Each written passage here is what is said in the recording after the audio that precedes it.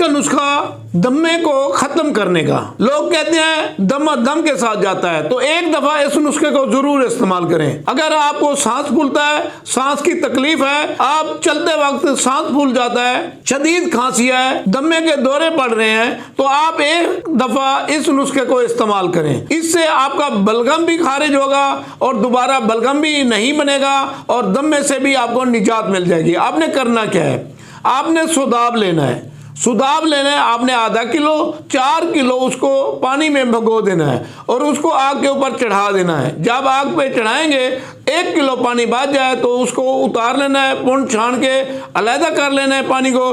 पानी के अंदर 1 किलो आपने शहद मिला देना है। शहद मिलाने के बाद उसका शरबत पकाना है। शरबत जब पक जाए तो 2 से 3 चमचे सुबह दोपहर शाम इस्तेमाल करें। इंशाअल्लाह अल्लाह के हुक्म से आपका दम्मा इससे ठीक हो जाएगा। आप इसको बनाएं और इससे फायदा उठाएं।